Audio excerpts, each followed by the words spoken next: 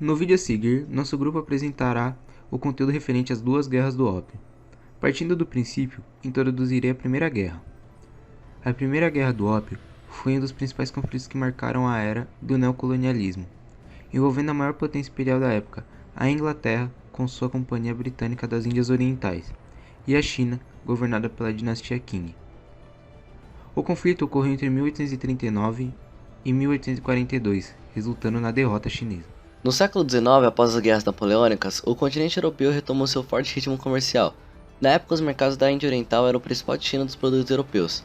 A China e a Índia, por serem países muito populosos, tinham um mercado muito atraente para os diversos produtos europeus, principalmente os ingleses, pois a Inglaterra era a maior potência da época e já caminhava para a segunda revolução industrial. Enquanto a Índia tinha um mercado aberto para produtos estrangeiros, a China era o oposto, sem interesse em nenhum produto europeu. Além de sua economia muito fechada, o único produto estrangeiro que os chineses interessavam era o ópio, um entorpecente extraído de uma flor chamada papoula. Além de gerar dependência química, o entorpecente tem um efeito relaxante muito atraente, por isso, na década de 1830, o produto tornou-se popular no país. Mesmo sendo legal, o ópio começou a ser usado em massa na China no ano de 1834, gerando lucros absurdos à Inglaterra. Em 1839, o imperador Daoguang adicionou a política de confisco nos portos chineses.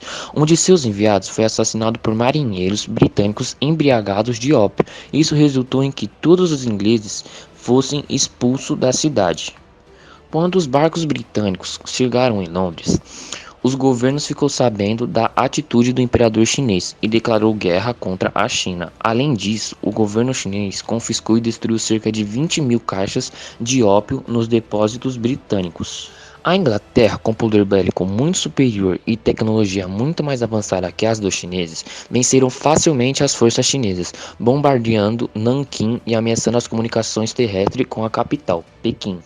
Isso forçou a China a assinar o Tratado de Nanquim, em 1842, no qual a China garantia abrir mais 5 portos com o controle total dos ingleses, além de entregar a ilha de Hong Kong aos britânicos. Mas mesmo assim, tendo um acordo totalmente favorável, os ingleses não conseguiram atingir o lucro esperado, pois o comércio não evoluiu de forma tão rápida como foi o previsto.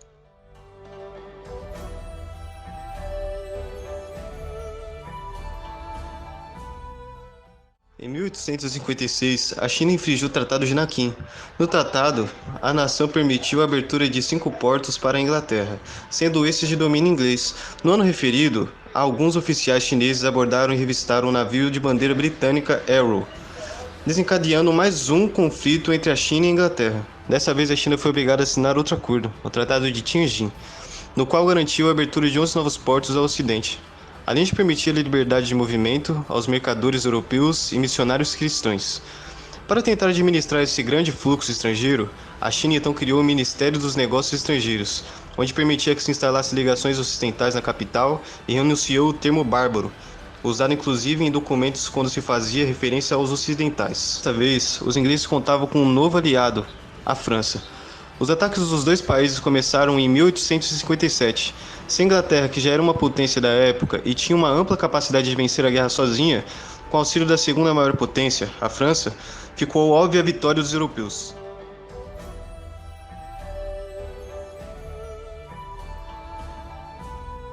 Do ópio também pode-se obter opiáceos naturais, como a morfina e a codeína, alcaloides com efeitos narcóticos, e os opiáceos semissintéticos, que temos como exemplo a heroína. Ainda temos as substâncias totalmente sintéticas, isso é, fabricadas em laboratório que denominam-se opioides, que são narcóticos ou hipoanalgésicos, ou seja, têm efeito analgésico e hipnótico, induzindo o usuário ao sono. Os opioides ainda são utilizados sob prescrição médica como medicamentos em casos extremos sem que se tenha outras opções. Atualmente, o ópio é legal e considerado uma das substâncias mais viciantes que existem. No entanto, possui propriedades anestésicas e por milhares de anos foi utilizado como sedativo e tranquilizante. Também é ministrado como remédio para diarreia, gota, diabetes, disenteria, tétano, insanidade e linfomania. Concluímos que as guerras do ópio surgiram das tentativas da China de sufocar o comércio de ópio, dessa forma gerando conflito de interesse com os britânicos que acarretou em conflitos armados.